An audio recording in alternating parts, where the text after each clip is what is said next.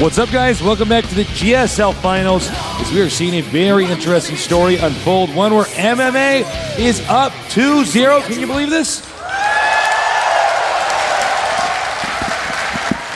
He is kicking some serious ass. Yeah. Every time MVP makes a tiny mistake, whether it's the choice of his build or the movement of his siege shanks, MMA is there putting him in a chokehold. He is, and let me tell you, as somebody who, and I know you can speak from experience as well as professional gamers, that is stressful.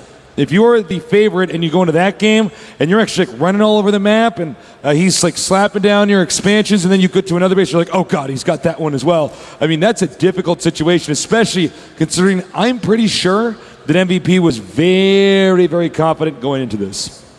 Yeah, I think you're right. MVP, I think he was very confident. I was talking to him before he went in the booth. He was smiling, he was jovial, he was happy. Yeah. No more. This is a bad day for him right now. Well, he wants to win this. I mean, winning this proves that he's basically the best player in the world right now. But, if MMA wins this, he's going to have to wait another day, another GSL to become the victor. And gives Nesty another chance to pass him up. Yeah, Nesty could come back. All right. So I believe both players are, in fact, ready if we look into that game. They are. So, guys, make some noise for game number 3 with MMA against MVP. By the way, this is the battle of the alphabet here, Artosis, with MMA and MVP here at GSL. I mean, at BLC. All right, a shot here of both players. And now the game is loaded, so we're going to throw that up on screen for you guys. Let's get these players introduced. In the upper right, the Game Genie Terran. Although right now it's not exactly looking like that version of Game Genie is working with this console. He's trying to make it work on. His ID is I am MVP.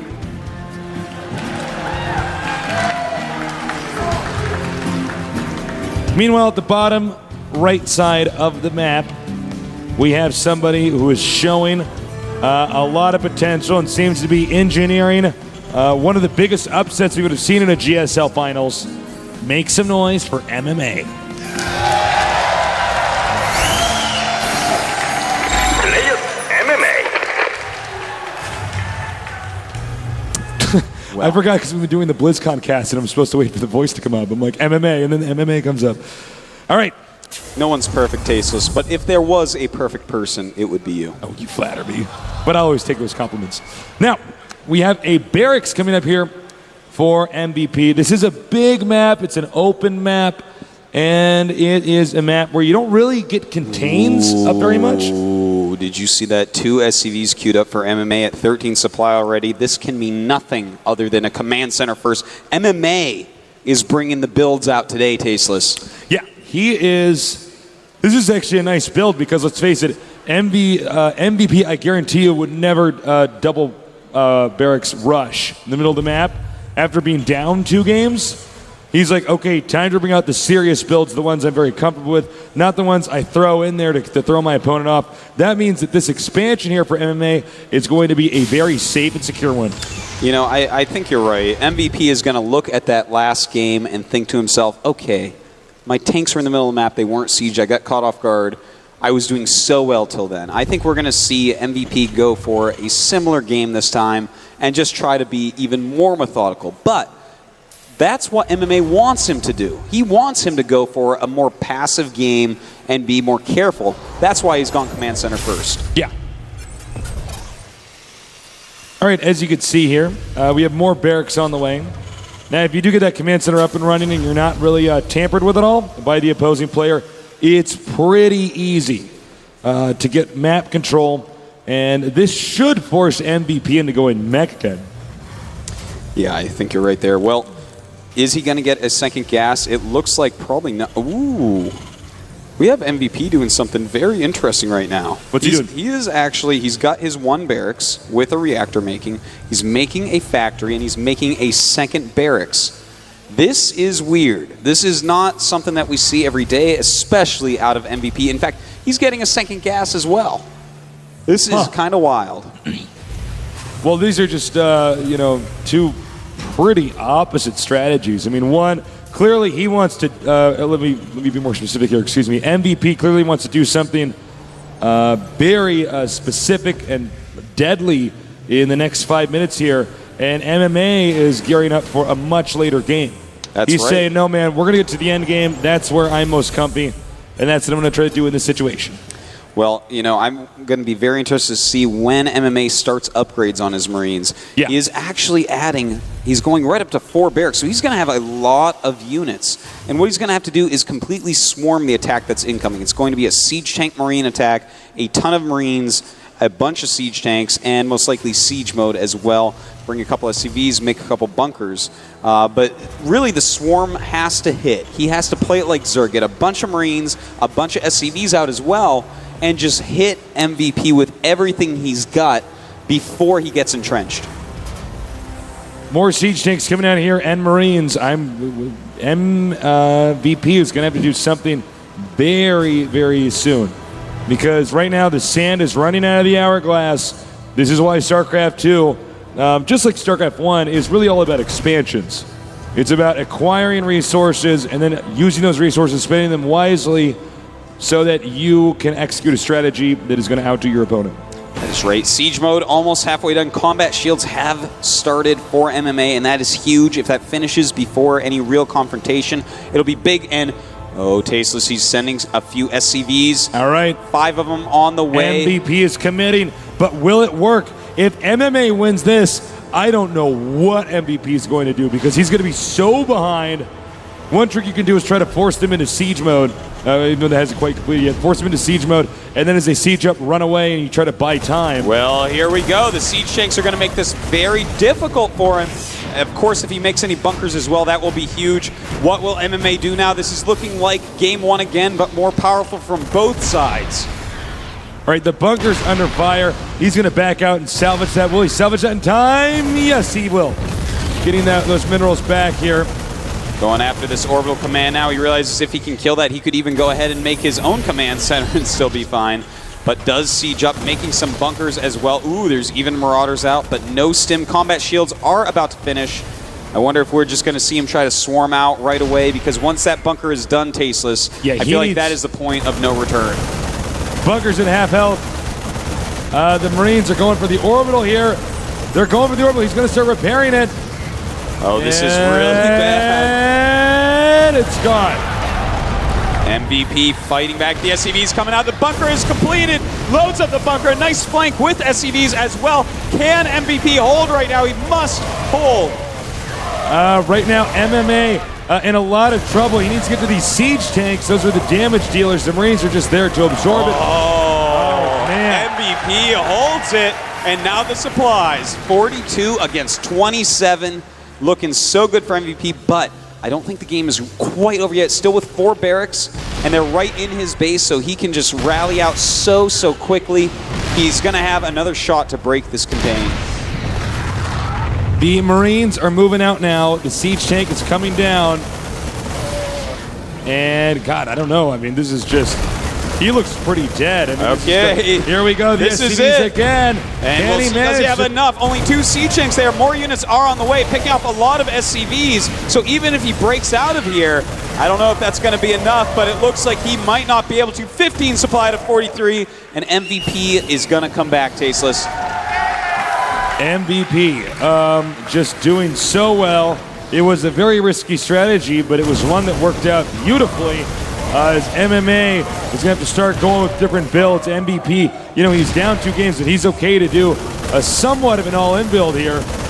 Well, we have 5 supply to 46 right now, Tasteless. That's pretty one-sided. Yeah, it's pretty one-sided. Don't worry, he's still mining with the mule. All right, GG. We have MVP coming back into this. Don't count him out yet. That's right, Tasteless. He says, you know what? I can do this too. And like you said, if he had lost that game, this would be an unrecoverable series. Yeah. But he chose a very powerful all-in strategy, executed it brilliantly, and now it's 2-1. 2-0, that's scary. 2-1, very workable. Yeah, I totally agree. Well, 2-0, it's like, well, I don't know if I'm ever going to beat this guy. I might just, go 4-0. But now he's saying, all right, no, I can do this. That strategy was great. It's funny that we've had two fairly short Terran versus Terrans today. Normally, even statistically, it's the longest matchup. So I'm curious to see what we're going to see next from these guys. But man, they are so solid. They are that tasteless. And look, there's not a lot that MMA could do about that strategy. It's tough. I mean, you go for quick command center and they're prepared. Yeah. What are you going to do? I mean, when you only have Marines and SCVs to battle, there are so many ways that another Terran player that teched up for some attack like this can really abuse it. We saw the siege tanks are going to deal massive amounts of damage. Everything gets clumped when it's attacking forward. This is a small area. There's a ton of units. The SCVs with only 45 hit points. The Marines getting all clumped in just so tightly together. You know, it's why they're strong and why they're weak. So the siege tanks were beautifully done. And the fact that he hit right after the bunker made a huge difference. If he hits before the bunker and nothing can get in there, maybe it would have gone a different way. Maybe it would have broken out. I thought he was going to attack before the bunker finished. Well, that's what you want to do. That's what you want to do. But then the bunker finished, and I thought, oh, God, you know, the bunker's taking so much damage. And in that moment, it's the siege tanks that have to be destroyed because, you know, when you move into a battle, your Marines and your SCVs are all clumped together. So even really good players will actually take the siege tank and right-click into the middle of a group like that and do so much damage. So it would be just terrible damage, Tasteless. Terrible damage. So we're going to see what's going to happen shortly here. I don't know. What is our next map? Do you know off the top of your head? Don't put me on the spot. I really put you on the spot, aren't you? I'm so sorry. Well, whatever map it's going to be, you know, it's going to have to be a map where they have to have perfect strategies because, you know, we're getting to a point in time where it's getting farther and farther to the end of this. A 3-1, if MMA can come back, that would be huge. I think he might end up closing it out. But if it gets to 2-2, I do see MVP coming back. No, I actually agree with that pretty much all the way. I mean, if it comes back to 2-2 after he's down 2 games, and if we look at those games, the first one was just like the third one. It was just kind of like a build order, like designed to kill this. So it's like, okay, a couple build order losses, let's scrape those away. The other game was very close. He was actually equal in supply with Mech against equal supply in Marine Marauder with just a couple siege tanks mixed in. And that really makes it, that's gross for the Marine Marauder player. But he got caught out of position. So I'm still kind of feeling MVP here. Yeah, I'm on the same page as you are, Joseph. I feel like MVP can win this, but man, if it's a 3-1. And the other question is, we haven't seen any like true run-of-the-mill all-ins. You know, 2 barracks proxied or anything like that. We've seen these sort of weird timing attacks. That attack that we saw back there from from MVP is actually a very specific timing attack that if it doesn't work, you're probably going to lose. But yeah, I'm really wondering if we're going to have any crazy all-ins. Yeah, you really won't transition out of it well, but I see what you're saying here. You know, they're pretty technical. They know what they're doing with it. You know, lifting a barracks or making the early reactor to have extra Marines to hold it off. I mean, these are winning because they are so well executed, because they are so well planned out. They aren't just, you know, some sort of like bit by bit prime move where you just you send in Marines and SCVs and you cross your fingers. I hope this works. All right, so we're actually trying to keep this synced up with the Korean broadcast, which is why we haven't cut to commercial, because I want to just cut to commercial and go to the next game. But sit tight, guys. We'll be ready soon. Look, I don't know. MMA surprised me with those first 2 wins. Of course, I think he surprised both of us. Not the crowd. They're MMA fans. Well, so. no, I mean, I think the crowd might have been surprised too. It's one thing to root for somebody. It's another thing to you know, see them lose the best player for some in the world. people, that's one and the same. But no, you're quite right, Tasteless. All right, guys. Are you guys having fun? Yeah? Me too. We have so much in common. Wow. Well, guys, there are so many people here. Yeah. I think this is actually the largest audience we've ever done by far. Oh, I would say without any doubt. Hey, you know what's so funny about this? To be totally honest, is when we do GSL, we don't actually. Dan and me are public speakers, right? But we do this we could be doing it in a broom closet. We're doing it in the corner of the Golem studio, and nobody can hear it. So, well, that's the beautiful thing. You know, we can really let go with our jokes. If we tell them why they land flat here, we can tell. That's true, actually. But no, I was talking to Dan on the airplane right on the way down there. I'm like, God, I actually haven't talked in front of a large audience like this in a while. I'm like, I hope I know, we'll at be okay. MLG at least we have, the Wizard of Oz cave. Yeah, we have this curtain at MLG, so we can't actually see the audience. But I got to say, I feel totally fine, totally comfortable up here. You guys have been so great. We love the cheering and getting the sign stuff for you guys. It's a lot of fun. Jesus, look at that shot. I think that guy is a Zerg player. Oh, man. Yeah. Yeah. It'll be fun. So this is going to be a lot of fun. When we go into game number 4, I think we're going to get it started up right away.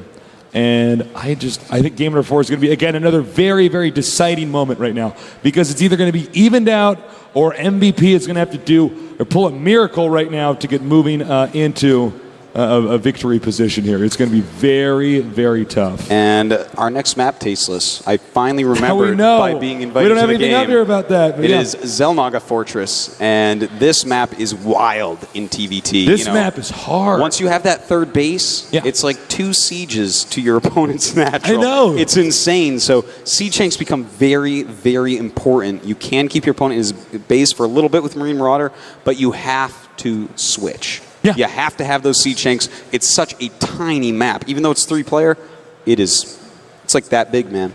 And here's the funny thing is that on a 3-player map, what makes it weird is that you're both actually trying to expand in the same direction towards that main.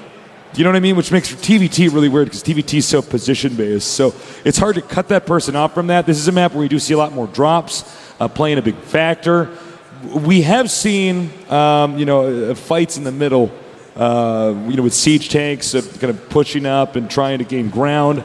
But one of the coolest things about this map is when they remove that middle watchtower. Before, if you had a siege line in the middle watchtower, as long as you make like turret rings so you can't be dropped, you're pretty much good to go. Your opponent's pretty dead. But nowadays, without that, we have to see a lot of Vikings. We get to see more and more sensor towers as well, so that people know when to scan if they don't have enough Vikings. And I think that was a great fix that they did on that map because, as you remember casting at GSL, when we had players that were actually just one guy has the center Zelnaga watchtower, and it's like, well, the other guy's like, well, I guess I just lose because it's so hard to break somebody who has that Zelnaga watchtower. So now what it does is the tower actually expires. I think it's like up for like 3 minutes. It might be 3 minutes, but it's before it really does much at all. Sometimes it's before siege tanks come into the game. Oh, definitely. I mean, even if you rush to a siege tank, that thing's going to be out of there. It's not going to matter because no one cares about the middle of the map right then. Right. So that makes a lot of Vikings on this map. Yeah. All right, the Korean commentators are going to take a little bit longer out there. I'm curious with the audience here. How many of you guys here are Zerg players?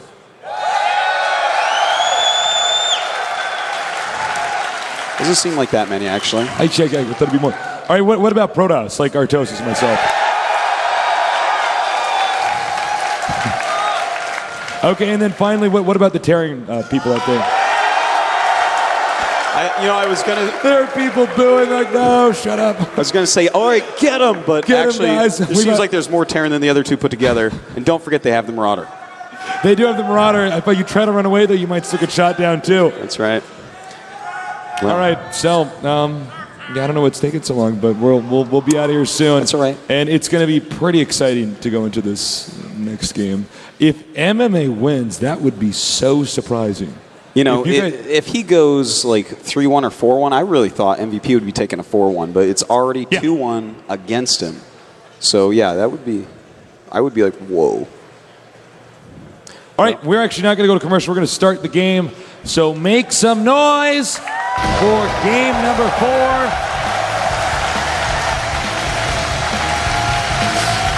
With MVP against MMA.